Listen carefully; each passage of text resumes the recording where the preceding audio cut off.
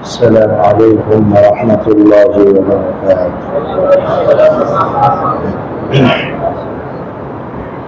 الحمد لله نحمده ونستعينه ونستغفره ونؤمن به ونتوكل عليه ونعوذ بالله من شرور أنفسنا ومن سيئات أعمالنا. من يهده الله فلا مضل له ومن يضلله فلا هادي له، ونشهد أن لا إله إلا الله وحده لا شريك له، ونشهد أن سيدنا ونبينا ومولانا محمدا عبده ورسوله صلى الله تعالى عليه وعلى آله وأصحابه وبارك وسلم تسليما كثيرا كثيرا. أما بعد فأعوذ بالله من الشيطان الرجيم. بسم الله الرحمن الرحيم. يوم يتذكر الإنسان ما سعى وبرزت الجحيم لمن يرى، فأما من طغى وآثر الحياة الدنيا فإن الجحيم هي المأوى، وأما من خاف مقام ربه ونهى النفس عن الهوى فإن الجنة هي المأوى. يسألونك عن الساعة أيان مرساها، فيما أنت من ذكراها إلى ربك منتهاها، إنما أنت منذر من يخشاها كأنهم يوم يرونها لم يلبثوا إلا عشية أو ضحاها. آمنت بالله صدق الله مولانا العظيم وصدق رسوله النبي الأمي الكريم، ونحن على ذلك من الشاهدين والشاكرين، والحمد لله رب العالمين.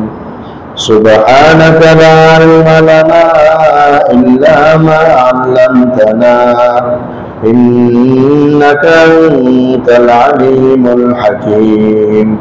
اللهم صل على محمد وعلى آل محمد كما صليت على إبراهيم وعلى آل إبراهيم إنك حميد مجيد. اللهم بارك على محمد وعلى آل محمد كما باركت على إبراهيم وعلى آل إبراهيم إنك حميد مجيد. মুহতারাম ইমানি আল্লাহ পাকের দরবারে অসংখ্য শুকর দিন আমাদেরকে এশারের নামাজের পর আল্লাহ পাকের কালামের আলোচনা শোনার জন্য পড়ার জন্য বসার তৌফিক দান করেছেন। সকলেই দিন থেকে শুকর আদায় করে আলহামদুলিল্লাহ। ইমানি দিনী ভাইরা, আজকে আমরা সূরা নাজিআতের 34 নম্বর আয়াত থেকে 35 নম্বর আয়াত থেকে শেষ পর্যন্ত তিলাওয়াত করেছি। এই কটা আয়াতের উপর ইনশাআল্লাহ কিছু কথা হবে। আল্লাহ তাআলা আমাদেরকে বুঝার আমল করার তৌফিক দান করেন। 34 নম্বর আয়াত আল্লাহ তাআলা ইরশাদ করেন, ফাইদা জাআতি তাম্মাতুল কুবরা, যখন বড় কিয়ামত সংঘটিত হয়ে যাবে, যখন কিয়ামতের বড় অবস্থা সংঘটিত হয়ে যাবে, অর্থাৎ বড় কিয়ামত সংঘটিত হয়ে যাবে। ছোট কিয়ামত হলো যে যখন মারা যায় সেটাই তার কিয়ামত। এজন্য ছোট কিয়ামত। আর বড় কিয়ামত হলো গোটা জগৎটা ধ্বংস হয়ে যাবে। যখন বড় কিয়ামত সংঘটিত হয়ে যাবে,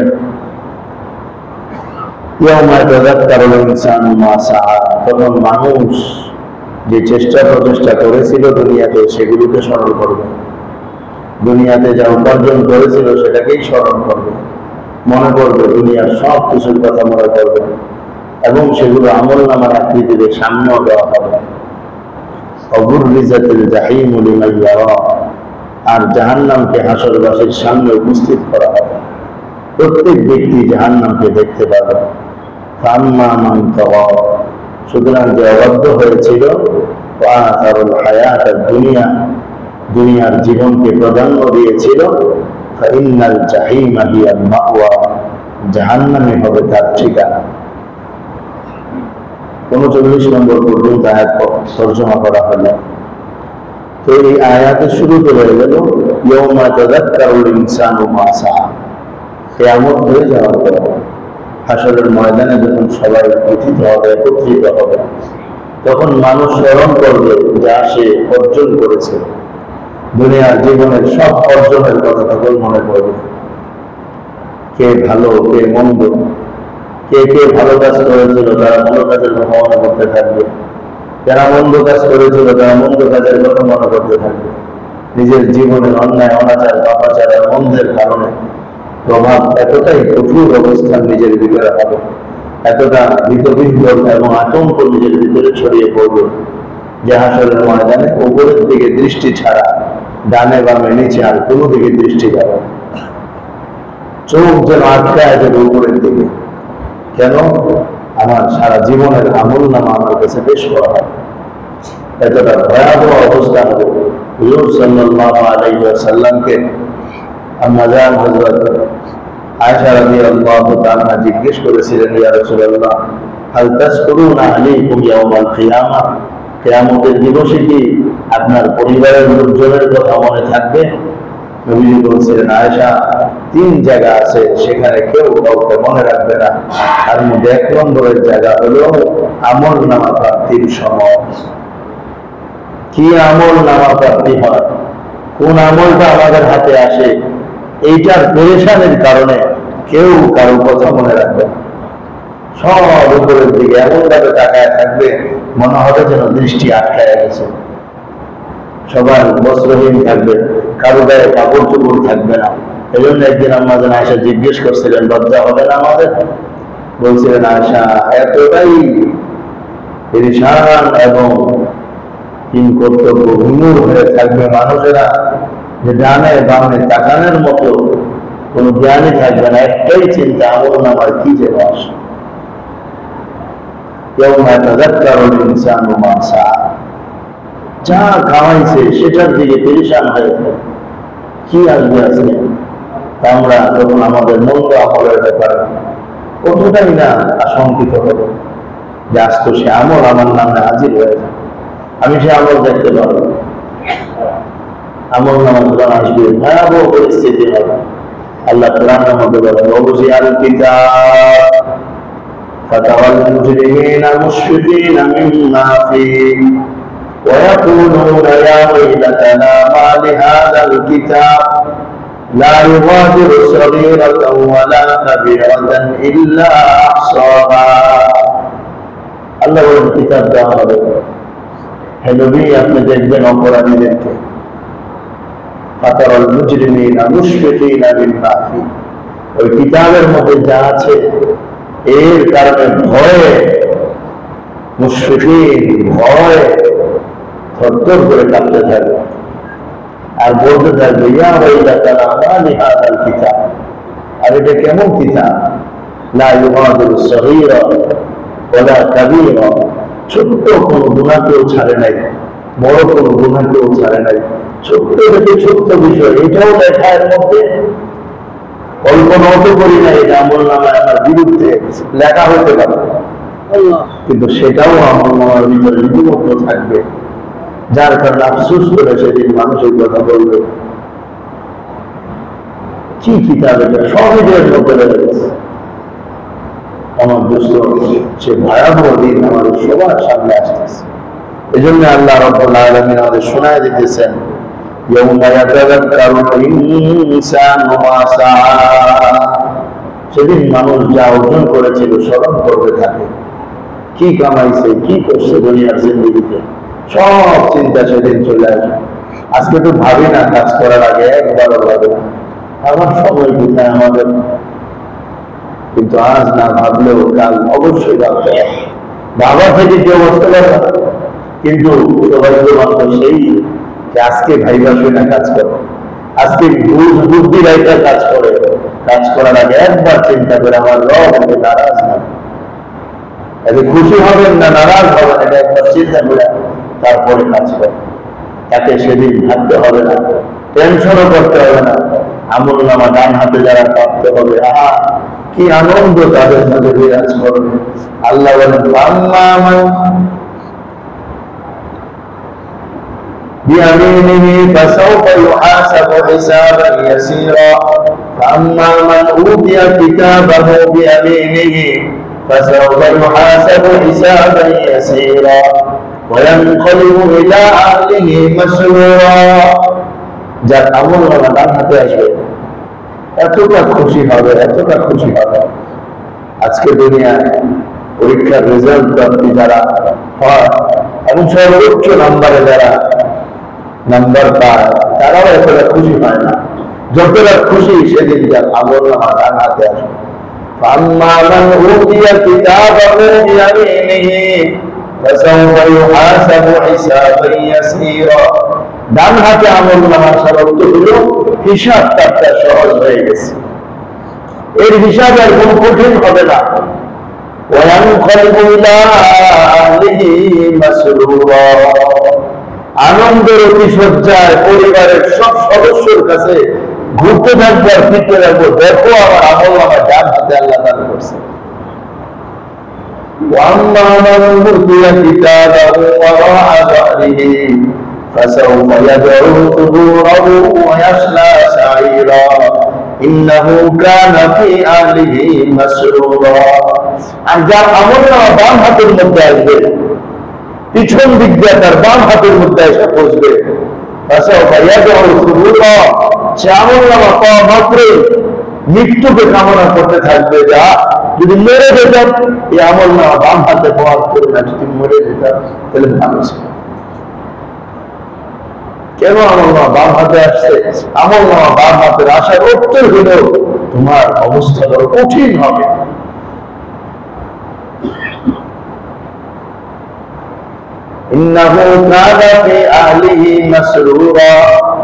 দুনিয়ার জীবনে বাম হাতের যার আমল নামা আসবে তার ক্ষেত্রে আল্লাহ বলেন, দুনিয়ার জীবনে সে বড় আনন্দিত ছিল পরিবারের মাঝে, আজকে আর তার কোন আনন্দ নেই।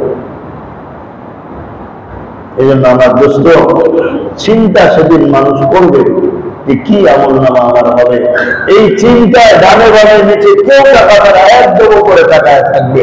আর আমল নামা প্রাপ্তির সময়টা এত কঠিন হবে, কেউ কাউকে চিনবেও না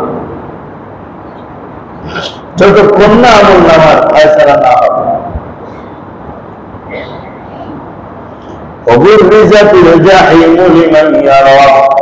এটা হলো আমল নামা সংক্রান্ত কথা। আর হাসরের ময়দানটা এমন হবে যে এখানে প্রত্যেক ব্যক্তি জাহান্নামকে দেখতে পাবে। জাহান্নামকে সেদিন নিয়ে আসা হবে, অনেক শিকল দিয়ে তাকে বেঁধে রাখা হবে। প্রতিটা শিকলে 70,000-এর মতো ফেরেশতা তাকে আটকায় রাখবে, অথবা 70 জন ফেরেশতা তাকে আটকায় রাখবে। এইটা এত ফেরেশতা তাদেরকে জাহান্নামকে ধরে রাখা সত্ত্বেও একটা সময় এমন হবে জাহান্নাম যেন সবার হাত থেকে ছুটে হাসরের ময়দানের দিকে দৌড়াইতে আরম্ভ করবে। এত গর্জন তার মধ্যে থাকবে, হাসরবাসী তার গর্জন শুনে অস্থির হয়ে যায়। কি আওয়াজ শুনছে ফিলিস্তিনের মানুষ ইসরায়েলের ভূমির কারণে, এর চেয়েও কত ভয়াবহ হবে যেটার কোনো তুলনাই হতে পারে।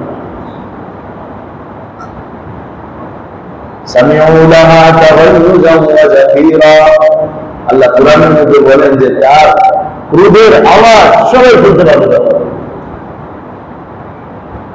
এক বর্ণনার মধ্যে দেখাও আছে, যখন জাহান্নাম ছুটে দৌড় দিবে তো মুসা আলাইহিস সালাম সহ আল্লাহর কাছে সারেন্ডার করে বলতে থাকলেন যে আল্লাহ, আমি মার ব্যাপারেও বলবো না, বোনের ব্যাপারেও বলবো না, আমারে তুমি বাঁচাও।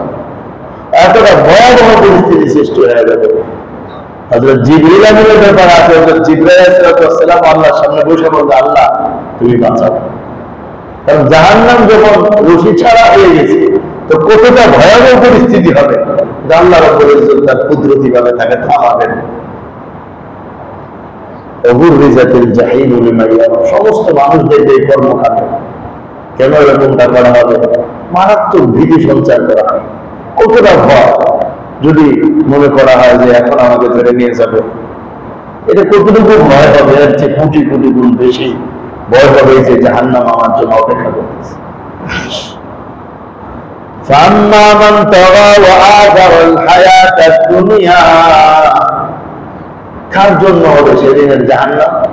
ছোট্ট দুটি আয়াত আল্লাহ বলে দিয়েছেন। فَأَمَّا مَنْ طَغَى, যে ব্যক্তি আল্লাহ রাব্বুল আলামিনের অবাধ্যতা করে, তার জন্য হলো জাহান্নাম। এক শব্দ দিয়া পুরা জিন্দেগিকে ঢুকায়া দিয়েছেন। فَأَمَّا مَنْ طَغَى, যে রবের অবাধ্যতা করে, ওয়াআথারাল হায়াতাদ দুনিয়া, আর দুনিয়ার এই জীবনটাকে আখিরাতের জীবনের উপর প্রাধান্য দেয়।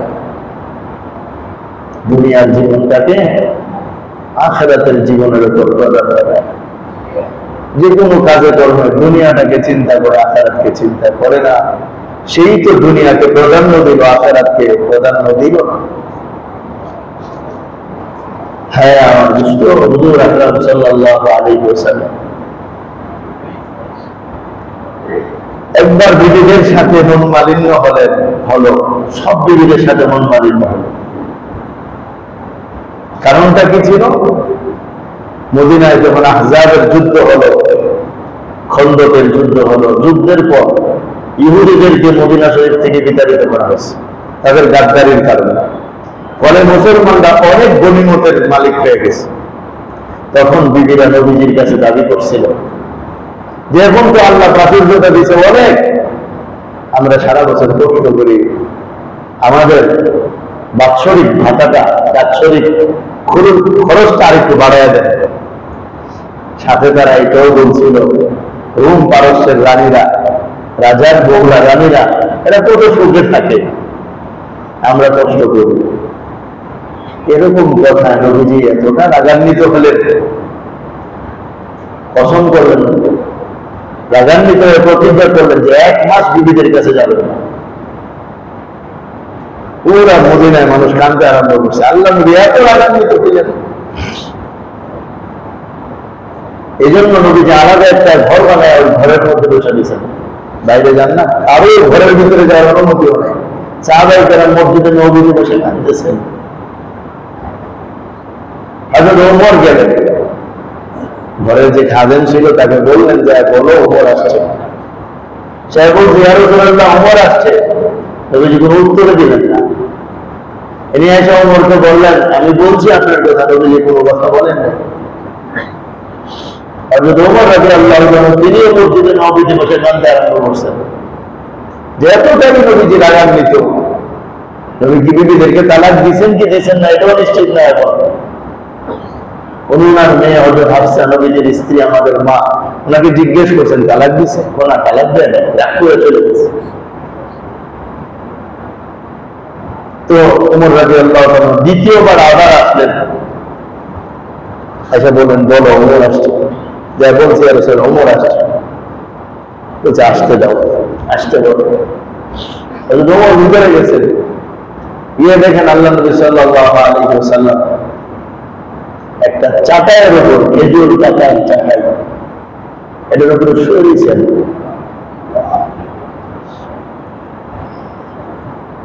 নবীজির মাথার নিচে খেজুর গাছের ছাল ভর্তি একটা বালিশ ছিল, এবং ঘরের মধ্যে চামড়ার এক মশকের একটা পানির ব্যবস্থা ছিল।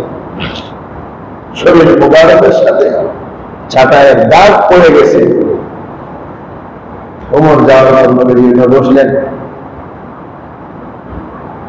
নবীজির শরীর মুবারকে ছাটায়ের দাগ দেখা ওমর নিজেকে সংবরণ করতে পারলেন না।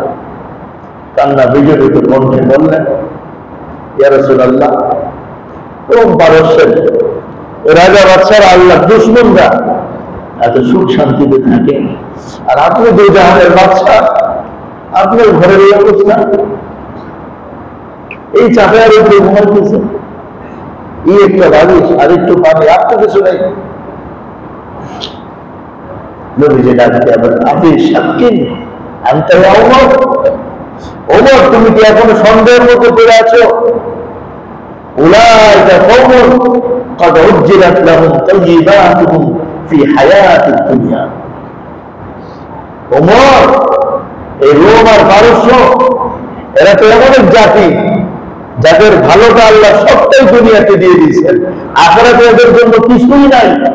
লাহুমুদ দুনিয়া ওয়া লানাল আখিরাহ, আমাদের জন্য তো আল্লাহ আখিরাত রেখে দিয়েছেন। দুনিয়া আর আখিরাতে আল্লাহ নবী তো ছিলেন সর্বোচ্চ তাকওয়া আর সর্বোচ্চ আল্লাহর ভয়ের প্রতীক। যদিও আমরা তার সাথে প্রতিযোগিতা করতে পারবো না, কিন্তু কিছুটা তো শিখতে হবে আমাদের প্রতিযোগিতা, কিছুটা তো শিখতে হবে। দুনিয়ার রূপ বিলাসার প্রাচুর্যতা এত বেশির ভিতরে আমরা নিমজ্জিত যে আমরা আখিরাতকে প্রাধান্য দিতেই পারি না। সব ক্ষেত্রে আমরা দুনিয়াকে প্রাধান্য দেব, কাজের ক্ষেত্রে দুনিয়া, চাকরির ক্ষেত্রে দুনিয়া, ব্যবসার ক্ষেত্রে দুনিয়া, সময়ের ক্ষেত্রে দুনিয়া, প্রতিযোগিতার ক্ষেত্রে দুনিয়া, সব আমাদের দুনিয়ার দুনিয়া। এই দুনিয়া দিয়ে আমাদের জীবনটা চলতেছে, অথচ আখিরাতকে আমাদের প্রাধান্য দিতে হবে, দুনিয়াকে প্রাধান্য দেওয়া যাবে না। এই শিক্ষা আমাদেরকে আল্লাহ ওয়ালাদের থেকে নিতে হবে। কোরআন আর সুন্নাহ আমাদেরকে এটাই বলে, যে ব্যক্তি দুনিয়াকে প্রাধান্য না দিয়ে আখিরাতকে প্রাধান্য দিবে, এমন মানুষের জন্য জাহান্নাম না, পরের আয়াতে আসতেছে জান্নাত। فَأَمَّا مَنْ طَغَى وَآثَرَ الْحَيَاةَ الدُّنْيَا, সুতরাং যে ব্যক্তি সীমালঙ্ঘন করবে, আল্লাহ পাকের হুকুমের অবাধ্য হবে, মুয়াজ্জিন যখন ডাকবে আল্লাহু আকবার আল্লাহু আকবার, সে আসে না। আল্লাহর হুকুমগুলো আদায় করো, হকগুলো আদায় করা হয় না। আল্লাহর হুকুম সন্তানদেরকে দিন শিখাও, দিন শিখানো হয় না। আল্লাহর হুকুম বন্ধের হক আদায় করো, মা বাবার সাথে সদাচরণ করো, কোনটাই করা হয় না।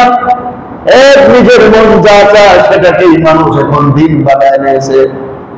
আর দুনিয়া দুনিয়া দুনিয়ার প্রাধান্য, আখিরাতের কোনো খবর নেই। এরকম যদি আমাদের জীবনটা হয়ে যায়, তাহলে আমাদের ঠিকানা কি হবে? আল্লাহ বলেন, ফাইনাল জাহিমা হিয়াল মাওয়া, ওই জাহান্নামটাই হবে তাদের ঠিকানা।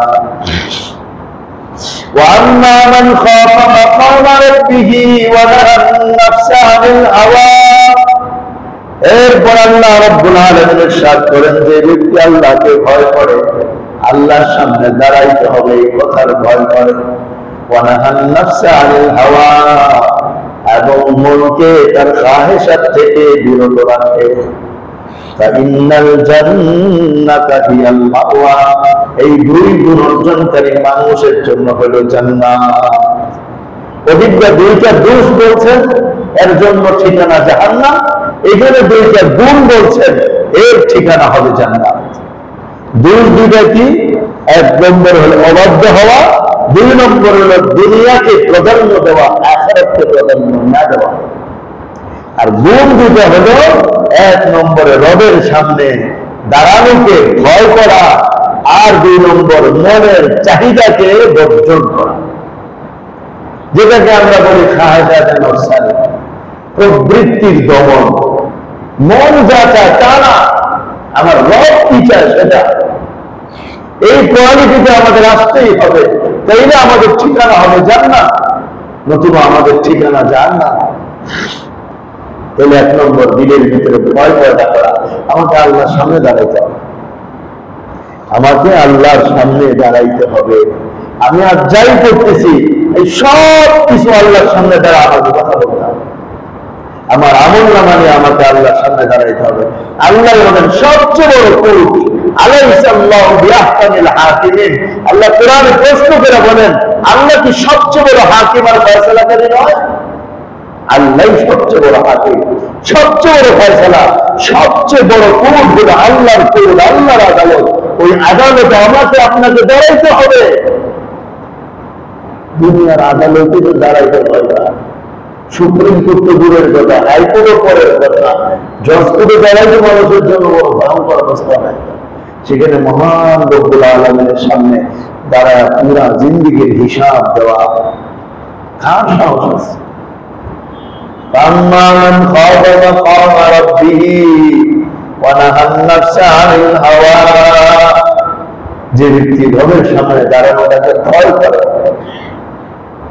শুধু ভয় যদি দিলের ভিতরে থাকে যে আমাকে একদিন দাঁড়াইতে হবে, এই ভয়টা যদি থাকে তাইলে দুনিয়াতে আল্লাহ তাআলা সব ঠিক করে দিয়ে দিবে। ভয়ের কারণে, ভয়ের কারণে। আর এই ভয়টাই যদি না আসে কোনো কিছু ঠিক হবে না। এই জন্য সব সময় মনের ভিতরে একটা কল্পনা জল্পনা চালাইতে থাকতে হবে যে আমাকে যখন কেউ দেখে না তখন কে দেখে? আমাকে কেউ দেখে না, আল্লাহ দেখে। এখনো ডাটা বন্ধ, ইন্টারনেট বন্ধ ছিল, ঠিক না? কত কম গুনাহ হয়েছে, কত কম গুনাহ হয়েছে। এখন ওয়াইফাই করলে আবার কিছু গুনাহ স্লো চালু হয়েছে। যদি আরো বন্ধ থাকে তাহলে মানুষ আরো গুনাহ থেকে বাঁচবে। কিন্তু আল্লাহ তো দেখেন, কেউ না দেখো, বাবা দেখে না, মা দেখে না, ভাই বোন দেখে না, এমনকি পাশের স্ত্রীও দেখে না, সবটাই কে দেখেন? এই ভয়টা দিলের ভিতরে আমাকে আপনাকে জাগ্রত করতেই হবে যে আল্লাহ দেখতেছেন আমার সব কিছুকে। একদিনে দুই দিনে হবে না, ভাবতে ভাবতে, শুনতে শুনতে, আল্লাহ ওয়ালাদের সঙ্গ লাভ করতে করতে এই দৌলত একদিন আল্লাহ তাআলা দিয়ে দিবেন। এই দৌলত যার হাসিল হবে তার সব অর্জন হয়ে যাবে। আল্লাহর ভয় যদি অর্জন হয় তাহলে সব অর্জন হয়ে যাবে। আল্লাহর ভয় যদি অর্জন না হবে কিছু অর্জন হবে না। আল্লাহর ভয়, আল্লাহর ভয় শুধু আমাদের ভিতরে না, একদম রাষ্ট্রের ঊর্ধ্বতম কর্মকর্তা থেকে নিয়ে সর্বনিম্নতম কর্মকর্তা সবাইকে আল্লাহর ভয় আনতে হবে। আর এটা কিভাবে আসবে? এটা আসার জন্য অনেক পদক্ষেপ আমাদের মুসলমানদেরকে নিতে হবে। আমাদের নবীজি আর আসবেন না, কাজ আমাদেরকে করে নিতে হবে। হাফিজি হুজুরের আশা বসে থাকলেও চলবো না, পীরজি হুজুরের আশা বসে থাকলেও চলবো না, শেখুল হাদিস সাহেবের আশা বসে থাকলেও চলবো না। এখন প্রত্যেককেই মনে করতে আমরাই হাফিজি, আমরাই পীরজি, আমরাই শেখুল হাদিস, কাজ আমাদেরকে চালায় নিয়ে যাইতে হবে। এই জন্য আমার দুষ্ট, আমার ইমানদার দিনে ভাইরা, আল্লাহর ভয় দিলের ভিতরে যেন আসে সেজন্য আমাদের কিছু কাজ করতে হবে। কি কাজ? এটা আল্লাহ বলছেন ওয়ানাহান নাফসা আনিল হাওয়া, এই মন যা চায় সব ছেড়ে দাও। এই আল্লাহর ভয় তৈরি হয়। মন কি চায়? মন তো খারাপ কাজের দিকেই চায়। ইউসুফ আলাইহিস সালাম বলছেন, আমি না বললে কি হয়েছে? ওমা উবারি নাফসি ইন্নান নাফসা লাআম্মারাতুন বিসসু। আল্লাহ নবী ইউসুফ আলাইহিস সালাম বলতেছেন, আমি আমাকে পবিত্র বলি না, মন খারাপ কাজের দিকেই ধাবমান। ইউসুফ আলাইহিস সালামের মন যদি খারাপ কাজের দিকে ধাবমান হয় তাহলে আমরা কি? আমাদের মন খারাপ কাজে ধাবমান হবে না? আমরা এটা দাবি করতে পারবো যে আমাদের মন একেবারে ফ্রেশ? যেখানে নবী বলে দিতেছেন সেখানে আমাদের তো দাবি করা একেবারে বোকামি হবে। তাহলে আমাদের মন খারাপ কাজের দিকে ধাবমান, অগ্রসর হইতে হয়। তো আল্লাহ বলছেন ওয়ানাহান নাফসা আনিল হাওয়া, মনের উপরে ব্রেক লাগায় দাও, খায়সাত থেকে, প্রবৃত্তির চাহিদা পূরণ করা থেকে ব্রেক লাগায়। এই জন্য আমার দোস্ত, কাজে কর্মের ক্ষেত্রে একদম চিন্তা করতে হবে, এই কাজে আমার আল্লাহ খুশি না বেজা। আমার মন চাইলে আমি করবো না, আমি আমার মনের পূজা করবো না, আমি আমার রবের ইবাদত করবো। এই কোয়ালিটিতে আমাদের আসতে হবে। আল্লাহ যখন জান্নাত বানাইছেন, জিবরাইল আলাইহিস সালামকে বলছেন, জিবরাইল যাও জান্নাতটা দেখে আসো। জিবরাইল আলাইহিস সালাম জান্নাত দেখে বলছে, আল্লাহ এত সুন্দর জান্নাত, আপনার যে বান্দাই শুনবে সেই জান্নাতে যাবে। আল্লাহ বলছে এবার জাহান্নাম দেখে আসো। জাহান্নাম দেখে আসো। আগে বলছে আল্লাহ এত কঠিন আযাবের জায়গায় জাহান্নাম, যে কথা শুনবে সে কখনোই জাহান্নামে যাবে না, যাইতে যাবে না। আল্লাহ আবার বলছেন জিবরাইল এবার জান্নাত দেখে আসো। এবার জান্নাত যায় দেখে, জান্নাতে যাইতে হলে অনেক ইবাদত বন্দেগী করা লাগবে। সব ইবাদত দিয়ে আল্লাহ জান্নাতকে ঢেকে রাখছেন। জিবরাইল এসে বলছে আল্লাহ এত কষ্ট করে কে জান্নাতে যাবে? এত কষ্ট জান্নাতে যাওয়া, ওই যে যাও জাহান্নাম দেখে আসো। এখন জাহান্নাম দেখে এসে বলতেছে, আল্লাহ আপনার কোন বান্দা জাহান্নাম থেকে বাঁচতে পারবো? বান্দার মনে যা চায় জাহান্নামকে আপনি চাই দিয়ে সাজাইছেন, অর্থাৎ মন চাই সব কিছুকে জাহান্নামের উপরে দিচ্ছেন, যে এটার ভিতরে আসতে হলে তোমাকে এগুলো করতে হবে। আর মানুষের স্বভাবজাত চাহিদা এগুলো করা। আর জান্নাতের উপরে এমন কিছু দিয়ে রাখছেন, বুঝাইছেন এটার ভিতরে আসতে হবে, এই আমল করতে হবে, আর এই আমল করা মানুষের জন্য কঠিন। তো জিবরাইল আলাইহিস সালাম জান্নাতের ওই আমল দেখে বলছিলেন, আল্লাহ মনে হয় না আপনার কোনো বান্দা জান্নাতে যেতে পারবে। আর জাহান্নামের এই সব খায়সাত দেখা, প্রবৃত্তির চাহিদামূলক সব জিনিস বলছিলেন, আল্লাহ মনে হয় না আপনার কোনো বান্দা জাহান্নাম থেকে বাঁচতে পারবে। ওয়ালাহান নাফসা আনিল হাওয়া, মন যা চায় তা করা যাবে। আপনি যদি মনে মনটা চলতে পারেন, আপনি 1 নম্বর আল্লাহর লোক হয়ে যাবেন। আমিও যদি চলতে পারি, আমি 1 নম্বর আল্লাহর লোক হয়ে যাব। আমাদের বুজুর্গরা অনেক ঘটনা আমাদেরকে শোনাইছেন। এই ঘটনা আমরা হযরত আমির সাহেব রহমাতুল্লাহ থেকে হযরত আব্দুল্লাহ রহমাতুল্লাহ আমরা শুনছি। ভারতের মধ্যে সাধক ছিল, খুব সাধনা করতো, কিন্তু সে হিন্দু। অনেক সাধনা করতো, কিন্তু সে হিন্দু। সাধনা কি? মন যা চায় তার বিরোধিতা করা। গল্প একটা, মন যা চায় তার বিরোধিতা করা। ওর বাসাতে খানা আসতো, মাছ ফ্রাই করা, ভাজি করা। তো মনটা চাইতেছে, খুব মজা হবে না ফ্রাই করা মাছ, ভাজি করা মাছ। ওনার যখন মন চাইতে যদি পাইনি, এটা খাওয়া যাবে না, মন চাইছে এটা খেতে। যত ভালো হোক আর মন্দ, কিন্তু মানুষ তো উনি সাধনা করে, সব সাধনার মধ্যে মনের বিরোধিতা করে।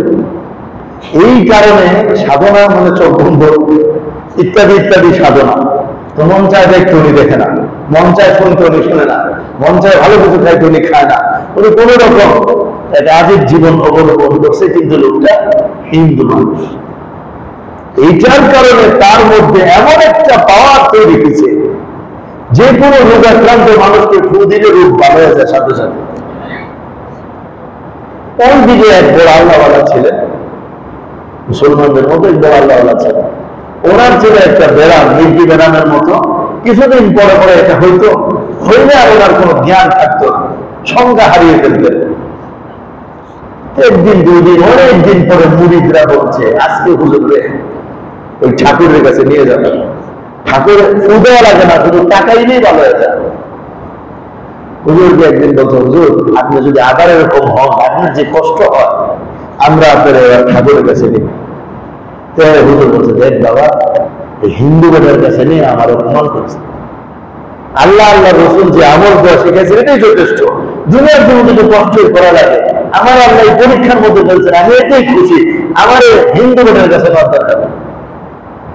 তো এবার যখন আবার হুজুর অসুস্থ হয়ে পড়ছেন, তো মুরিদরা তাদের দরকার নেই, নিয়ে যান, ভালো হুজুর ওনার কাছে গেলেই ভালো হয়ে যাবে। তো বেচারা সবসময় চোখ বন্ধ করে রাখে। এবার হুজুর এই কান্দে করে সবাই মিলে ওই হিন্দু বাড়িতে হিন্দু সাধকের কাছে নিয়ে দিছে। তো সাধক দেখাইছেন, হুজুর ওইটা সুস্থ হয়ে গেছে। সুস্থ হওয়ার পর বলতেছেন, তুমি আমাকে এখানে নিয়ে আসলা, শেষমেশ আমাকে এখানে নিয়ে আসলা, হুজুর আপনার বড় কষ্ট হয়। আচ্ছা এখন হুজুর বলতেছেন, আচ্ছা জনাব, আপনি যে জিনিসটা অর্জন করলেন, এটা কিভাবে করলেন? আমার এটা জানতে ইচ্ছা হয়। এখন ঠাকুর বলতেছে, সাধক বলতেছে, মৌলানা এই প্রশ্ন জীবনে আমাকে কেউ করেনি, আপনি করলেন। যেহেতু আপনি মুসলমানদের ধর্মীয় পণ্ডিত, আপনাকে তো বিষয়টা বলতে হয়। সেটা কি? আমি সাধনা করছি, তো আমি আমার স্রষ্টার পক্ষ থেকে এটা পেয়ে গেছি। সাধনা আপনি কিভাবে করছেন? বলে আমি সাধনা করছি আমার মন যা চায় তার বিরোধিতা করা। বলে আমি মন যা চায় তা করি না। তো জিজ্ঞেস করছে কেমন? এরকম এরকম খাবার ভালো দেখলে পানি ঢেলে দিই, মন এটা চাইলে আমি এটা এখন করলাম না। ঠিক এইভাবে আমি সব কিছুতে বিরোধিতা করবো। এখন হযরত বলতেছেন, আপনার কি ইসলাম ধর্ম গ্রহণ করতে মন চায়? না। তো বিরোধিতা করেন, বিরোধিতা করেন, তবে এখন সব শেষ হয়ে যাবে। এখন বেচারা কালিমা করে মুসলমান হয়ে গেছে। এই যে এক বিষয় বুঝতে কিন্তু আসলে আল্লাহ তাআলা ওনাদের দ্বারা কাজ নেন, কিভাবে কাজ নেন এটা বোঝাও মুশকিল। তো বোঝানোর উদ্দেশ্য হলো যে সাধনা এমন এক জিনিস, এই সাধনা যেই করে সেই দুনিয়াতে কিছু অর্জন করতে পারে। এমনকি সাধনার জন্য ইমানও করবি না, সাধনার জন্য ইমানও করবি না, সাধনা করলে মানুষ কিছু না কিছু পেয়ে যায়। এই জন্য তো দেখা যায় বৌদ্ধ ধর্মের গৌতম বৌদ্ধ বিরাট সাধক ছিল, এই সাধনা করে ধর্ম বের করছে, কিন্তু আল্লাহ না হওয়ার কারণে সেটা গ্রহণযোগ্য না। আমাদের নবী মুহাম্মদ রাসূলুল্লাহ সাল্লাল্লাহু আলাইহি ওয়াসাল্লাম হেরা পাহাড়ের মধ্যে নবুয়ত আসার 6 মাস আগ থেকে সেখানে বসে বসে সাধনা করতেন। তো সাধনার পরে আল্লাহ তাআলা ফেরেশতার মাধ্যমে নবুয়ত দান করছেন। এর দ্বারা বোঝা যায় সাধনা অনেক বড় জিনিস। আর সাধনাটা ইমানের ভিতরে থেকে সহি তরিকায় যদি বান্দা সাধনা করে তাইলেই যথেষ্ট। ওই হিন্দু ঠাকুর তো ভালোটাকেও খায় নাই, অথচ এটা খাওয়া নিষেধ ছিল না, শরীয়তে নিষেধ ছিল না। এখন আমাদের সাধনাটা কেমন হবে? আমাদের সাধনাটা হবে শয়তান যেটা করতে বলে সেটা করব না, আল্লাহ যেটা করতে বলে সেটাই করব। ইনশাআল্লাহ গুণের মধ্যে আসলে আমাদের দ্বারাও আল্লাহ তাআলা দুনিয়ার মধ্যে অসম্ভব জিনিসকে সম্ভব করে দেখায়। আমাদের সাধনা কঠিন না সহজ? ওই হিন্দুর সাধনা বড় কঠিন ছিল, কিন্তু আমাদের সাধনা অনেক সহজ। আল্লাহ আমাদের তৌফিক দান করেন। ওয়ানাহান নাফসা আনিল হাওয়া ফাইন্নাল জান্নাতা হিয়াল মাওয়া। যে ব্যক্তি দুইটা কাজ করবে, এক রবের ভয় তার দিনের মধ্যে জাগ্রত করবে, 2 নম্বর হলো নিজের মনের চাহিদাকে দমন করা, আল্লাহর হুকুমের নির্দেশনার ইবাদত বন্দেগী করবে, তার জন্য ঠিকানা হবে জান্নাত। ইয়াসআলুনাকা আনিস সাআতি আইয়ানা মুরসাহা। মক্কার কাফেররা নবীজিকে জিজ্ঞেস করে কিয়ামত কবে হবে? ফীমা আনতা মিন যিকরাহা। তারা যে আপনার এই প্রশ্ন করে আপনার সাথে কিয়ামতের কি সম্পর্ক? অর্থাৎ আপনি কিয়ামতের তো কিছুই জানেন না, এই খবর একমাত্র কার কাছে? তাহলে বারংবার 2 দিন পরে পরে কেন সে কিয়ামতের কথা জিজ্ঞেস করে? ইলা রাব্বিকা মুনতাহাহা। কিয়ামতের খবর একমাত্র কার কাছে? আল্লাহর কাছে। ইন্নামা আনতা মুনযিরু মান ইয়াখশাহা। এভাবেই আপনি তো কেবল ভয় তাদেরকে দেখাইতে পারবেন, আপনি কিন্তু তাদেরকে শুধু সতর্ক করতে পারবেন যাদের ভিতরে আল্লাহর ভয় আছে। যার ভিতরে আল্লাহর ভয় নাই ওর সামনে হাজারো ওয়াজ করলে কোনো কাজ হবে? ওয়াজ জানে না। যাদের ভিতরে আল্লাহর ভয় নাই তারা ওয়াজ জানে না। অনেক ওয়াজ জানে, মাইক দিয়ে দেখেন কত ওয়াজ আপনার শোনায়, কিন্তু অন্যায় অনাচার পাপাচার দিব্য আরামে করে যেতেছে, জুলুম নির্যাতন দিব্য আরামে করে যেতেছে, যা মনে চায় তা করে যেতেছে, আখিরাতের উপর দুনিয়াকে প্রাধান্য দিচ্ছে। কান্নাহুম ইয়াওমা ইয়ারাউনাহা লাম ইয়ালবাসু ইল্লা আশিয়াতান আও দুহাহা। হাসরের ময়দানে যখন তারা এগুলোকে দেখবে তখন তারা বলবে, আরে দুনিয়ার জীবনে তো এক সকালই ছিলাম, প্রথমে এক বিকাল ছিলাম, সারাদিনও কোনো দুনিয়াতে ছিলাম না। এই 60, 70, 80 বছর জিন্দেগিটাকে হাসরের ময়দানে গেলে কতটুকু মনে হবে? এক সকাল মনে হবে। তাহলে আল্লাহ বুঝাইতে চান, বান্দা তোমার এই জীবনটা আখিরাতের তুলনায় এক সকাল অথবা এক বিকাল। তুমি কি পারো না একটা সকাল আল্লাহর জন্য কাটায়া দিতে? তুমি কি পারো না একটা বিকাল আল্লাহর জন্য কাটায়া দিতে? এত লম্বা জীবন তো তোমাকে দেয় নাই যে অধৈর্য হয়ে যাবা। অল্প সময়ের জন্য দিছি চোখ বন্ধ করা, খায়সাতে নফসারে অর্থাৎ প্রবৃত্তির চাহিদাকে দমন করা, আল্লাহর ভয় নিয়ে জীবনটা চালাও। তাইলে আমাদের সবার জন্য অপেক্ষা করবে কি ভাই? জান্নাত। আল্লাহ আমাদের সবাইকে তৌফিক নসিব।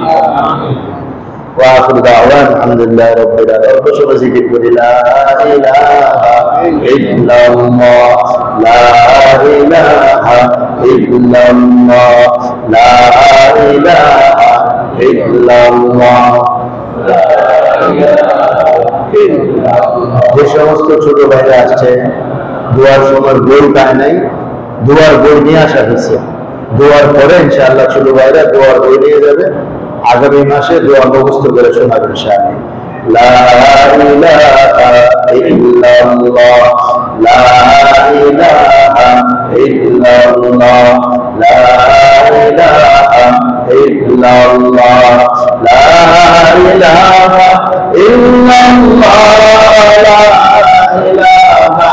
ইল্লাল্লাহ লা ইলাহা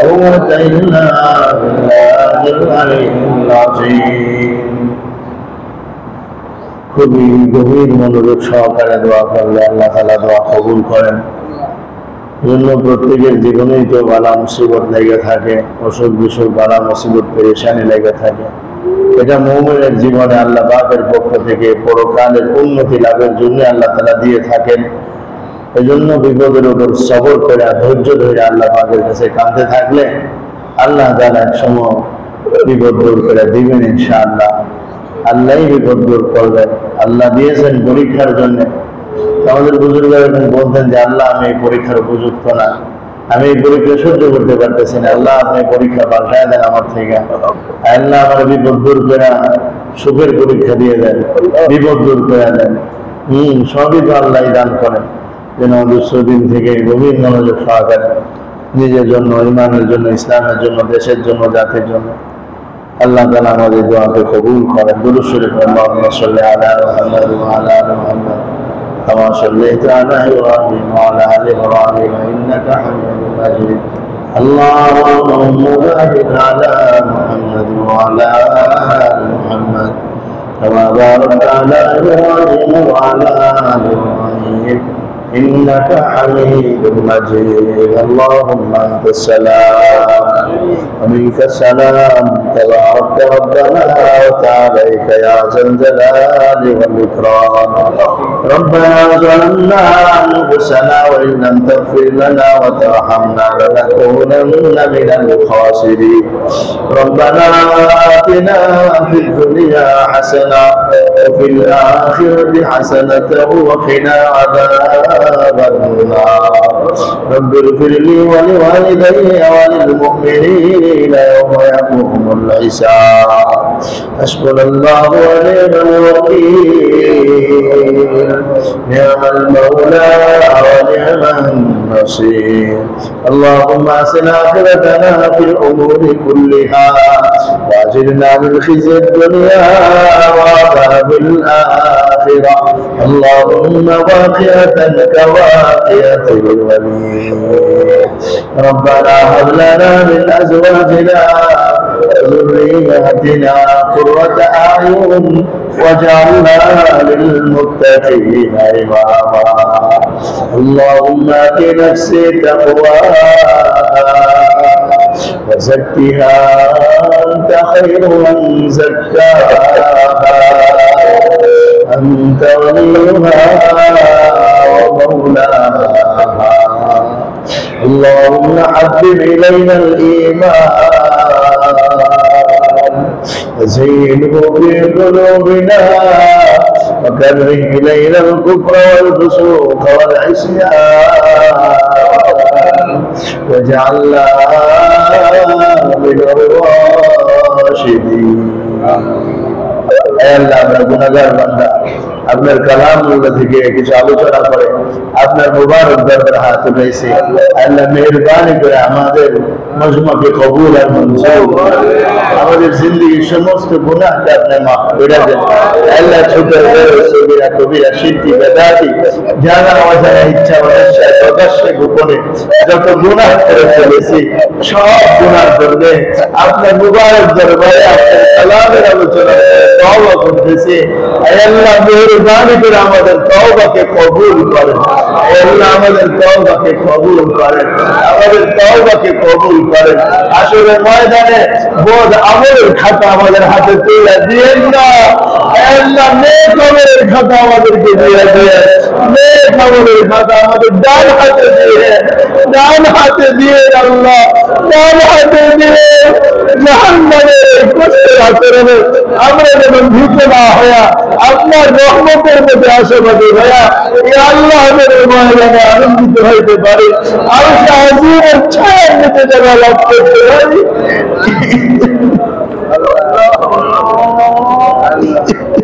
আল্লাহ अल्लाह अपने से तौफीक नसीब फरमा, या अल्लाह अपने से तौफीक नसीब फरमा, अल्लाह अपने से तौफीक नसीब फरमा, अल्लाह अपने से तौफीक नसीब फरमा, अल्लाह बेटा আমলের খাতা আমাদের হাতে যেন না আসে, নেক আমলের খাতা যেন ডান হাতে আসে, আমল নামা যেন ডান হাতে আসে।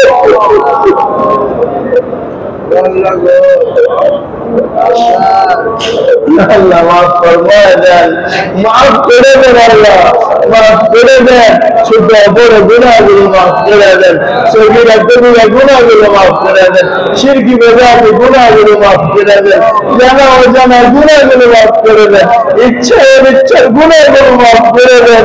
হে আল্লাহ পরিপূর্ণ পাক সাফ হয়ে চলবার তৌফিক দান করেন। হে আল্লাহ ওয়াআখিরুল হায়াতুদ দুনিয়া, হে আল্লাহ দুনিয়ার জীবনকে তুমি আমরা গ্রহণ করে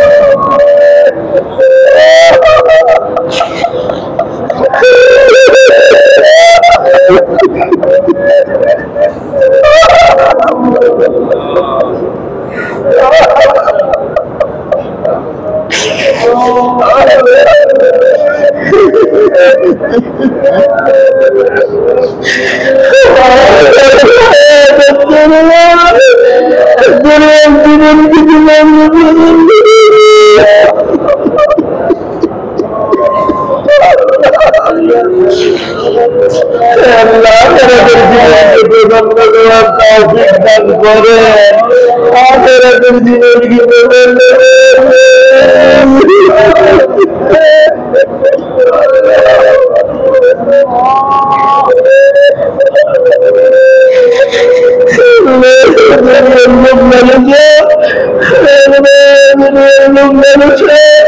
আমাদের দিন থেকে বের করে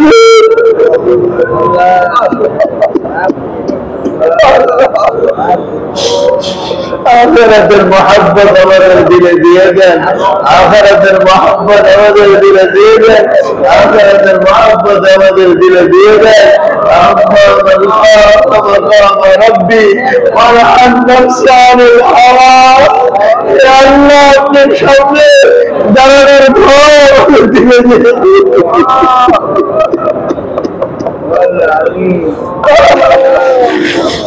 আল্লাহ আপনার ভয় দান করেন, আপনার ভয় দান করেন, আপনার ভয় দান করেন, আপনার ভয় দান করেন।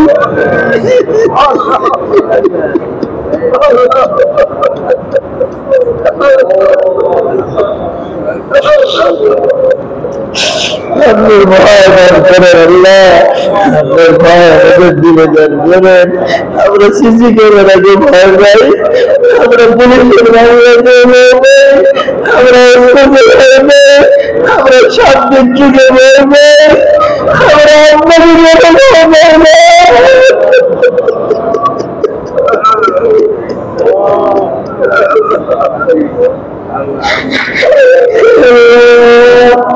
আপনার ভয় আমাদেরকে দুঃখিত করে,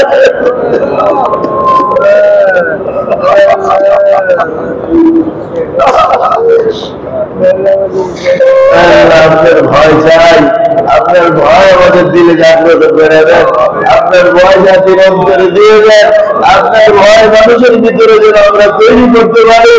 আমাদেরকে ওইভাবে আপনি কবুল করেন, ওইভাবে কবুল করেন, আমরা আপনাকে ভয় করব, আপনার ভয় মানুষের দিলের ভিতরে ঢুকায় দেব, আমরা আপনাকে ভয় করব, আপনার ভয়ের ভয়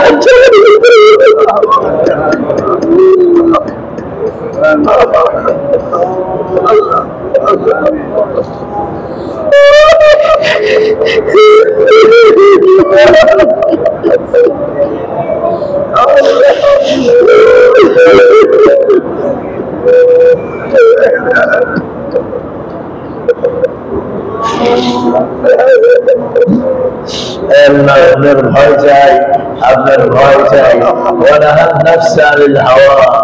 আল্লাহ প্রবৃত্তির চাহিদা পূরণ থেকে বাঁচতে চাই, আল্লাহ প্রবৃত্তির চাহিদা মন্দ খারাপ কাজের দিকে দাবিতে হয়। আল্লাহ আপনার কুদরতি শক্তি দ্বারা আমাদের বাঁচান, আপনি কুদরতি শক্তি দ্বারা আমাদের দিলে হিম্মত দিয়ে দেন, ওই সাহস দিয়ে দেন, ওই শক্তি দিয়ে দেন, আমরা যেন আমাদের মন চাই শয়তানি চাহিদাকে দবায়া আপনার চাহিদাকে পুরা করতে পারি, আপনার নেমের উপরে চলতে পারি। আল্লাহ আপনি সেই তৌফিক আমাদের দান করেন। আল্লাহ আমরা আলোচনা করলাম আপনার কালাম থেকে, আপনি বলছেন ওয়াজ করো, ওয়াজ মুমিনদেরকে ফায়দা দিবে। আল্লাহ আজকে যা পড়া হয়েছে আমাদেরকে আমল দিয়ে দেন, আমাদেরকে আমল দিয়ে দেন।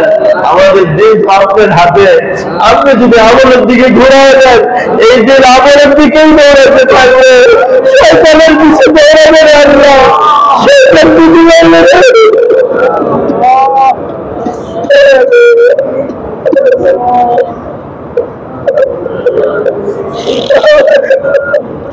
আল্লাহ দিলকে আপনি বাদশা করে দেন, দিলকে পবিত্র করে দেন, কলবটাকে ঠিক করে দেন। আল্লাহ সমস্ত গুনাহের তাকাজা শেষ করে দিয়া আল্লাহ ইবাদতের তাকাজা ভরপুর করে দেন।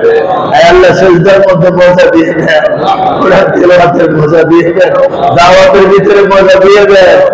আল্লাহ ইবাদতের ভিতরে মজা দিয়ে দেন, ঈমান ইবাদত লেনদেন সামাজিক চরিত্র সমস্ত কাজের মধ্যে মজা দিয়ে দেন। আল্লাহ আল্লাহ মজমাকে কবুল করেন। আপনার মাথায় কাঁদতেছে, চোখের পানি ফেলে ফেলে, অনেক অনেকের মনে অনেক অনেক দোয়া আছে। আপনি জানেন কি আপনার কাছে কি চাইতেছে, আর মনে কি প্রয়োজন। আল্লাহ সবার প্রয়োজন পুরা করে দেন, সবার দোয়া কবুল করে দেন। কেউরে ফিরে দিয়েন না, কেউরে বঞ্চিত করেন না, কেউরে মাহরুম কোনো আশা করে আপনার কাছে হাতে দিয়েছে, কোনো আশা করে মজমার মধ্যে বসছে, কোনো আশা করে চোখের পানি ফেলতেছে। আল্লাহ আপনি দয়া করে সবার করে